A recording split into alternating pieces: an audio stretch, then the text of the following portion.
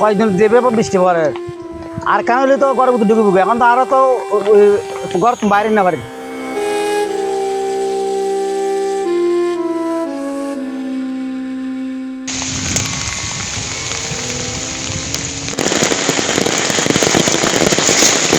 এরকম যদি বাড়তে থাকে তাহলে আনুমানিক ঘন্টা 2 ঘন্টার মধ্যে অনেক মানুষকে আমরা আশ্রয় কেন্দ্রে নিয়ে যেতে হবে। আমাদের স্কুলে আমরা আশ্রয় কেন্দ্র করে দিয়েছি অলরেডি।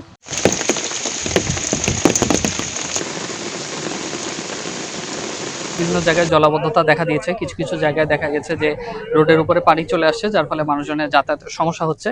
আবার কিছু কিছু জায়গায় একটু ডিসকানেক্টেড হয়ে গেছে, মানুষজন আসা যাওয়া করতে পারছেন না।